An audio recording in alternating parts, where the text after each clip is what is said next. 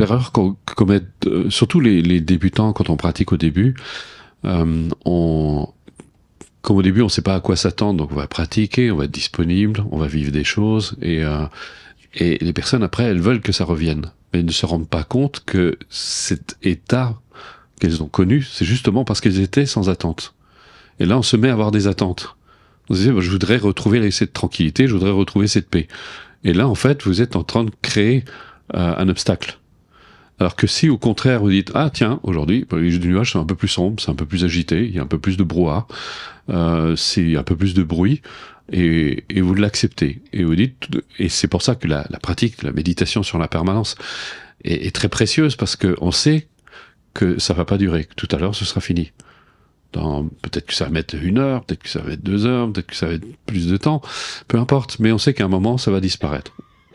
Et on est vraiment, c'est pour ça que j'aime beaucoup l'image des nuages, parce que les nuages, je sais qu'effectivement ça va pas durer, ça se transforme, ça change sans arrêt, et en plus on peut pas les saisir. Et c'est pour ça que j'ai insisté sur ce point de méditer sur la nature des phénomènes. Parce que je vois beaucoup de pratiquants. J'avais une personne qui était venue on faisait à une époque des initiations pendant une journée. Et la personne me disait, moi ça fait longtemps que je pratique, et je me sens très en paix quand je pratique. Mais elle me disait, le reste du temps, quand je sors, à nouveau je suis accaparé. Je lui dis, ça veut dire que vous pratiquez pas. En fait, votre pratique, c'est ce que les bouddhistes appellent la méditation des dieux. C'est-à-dire qu'on se met dans une espèce d'état de tranquillité, on est bien, mais en fait, et on s'attache à cet état. Et la méditation, c'est pas ça. C'est justement de pouvoir être libre. Je sors dehors, quand les choses arrivent à ne plus m'agresser, c'est-à-dire que ça réveille plus quoi que ce soit en moi. Donc moi, je demeure dans ma tranquillité, mais les circonstances et les événements peuvent continuer à se dérouler. Parce que si vous pratiquez effectivement de la relaxation, vous faites des choses, mais qu'au quotidien rien ne change, que votre mari continue à vous taper sur les nerfs, que vous êtes agacé, que vous êtes... Donc finalement, la méditation ne porte pas ses fruits. Le but, c'est d'arriver à désamorcer tout ça. Et ça prend du temps, ça se fait pas comme ça du jour au lendemain. Alors que de temps en temps, vous preniez un petit bain de tranquillité, ça c'est très bien. Mais le mieux, c'est d'arriver à faire en sorte que les circonstances extérieures ne perturbent plus votre tranquillité intérieure. Mais pour ça, il faut qu'elles ne trouvent plus écho en vous. Comprenez ? Ça, c'est la méditation. Et plus vous allez les accepter, plus elles vont s'apaiser.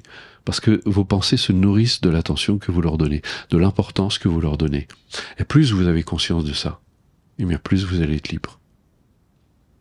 Et vous n'êtes plus dans cette bagarre perpétuelle contre vous-même.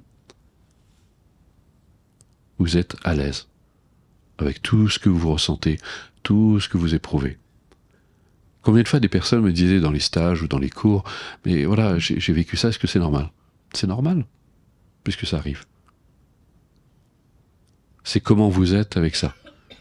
C'est pas le problème, ce ne sont pas vos pensées ni vos émotions, c'est comment vous êtes avec vos pensées et vos émotions.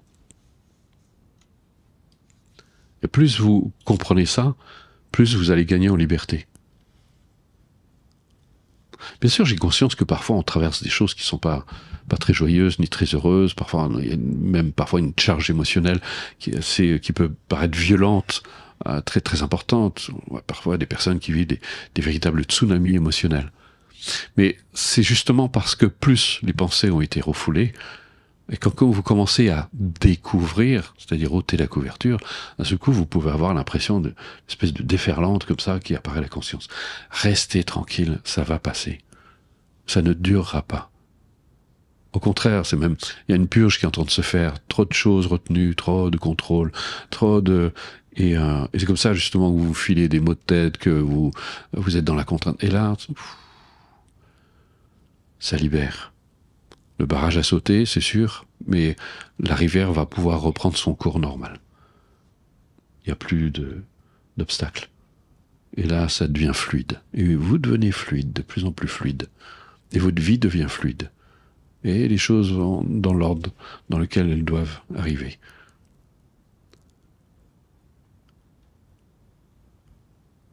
C'est la méditation, c'est être à l'aise avec quoi qui s'élève, quoi qui se manifeste, quoi qui se produise. Ne cherchez pas un état particulier. Quoi qui s'élève, laissez être. Apprenez à être à l'aise avec ce qui se manifeste en vous.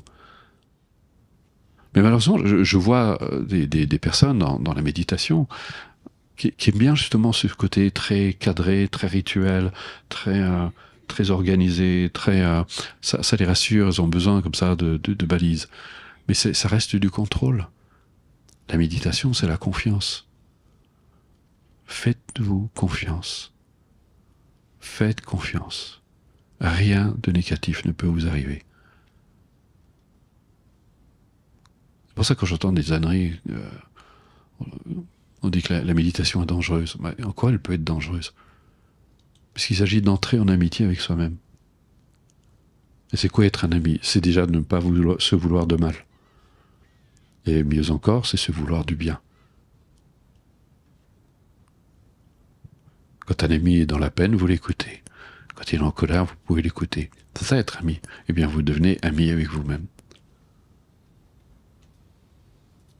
Et je trouve que c'est pour ça que la pratique de donner, recevoir, quelque chose d'extraordinaire. Vous apprenez vraiment à être à l'aise avec votre négativité. Vous accueillez tout cela. C'est un acte symbolique, mais je trouve qu'il est tout à fait juste. Parce que vous arrêtez de vous bagarrer contre ce que vous ressentez. Apprenez à être à l'aise. Et quand vous pratiquez, si vous ressentez de la tristesse, si vous ressentez des émotions, laissez-les être, acceptez-les. Et découvrez par là, par vous-même, qu'elles n'ont pas de pouvoir sur vous.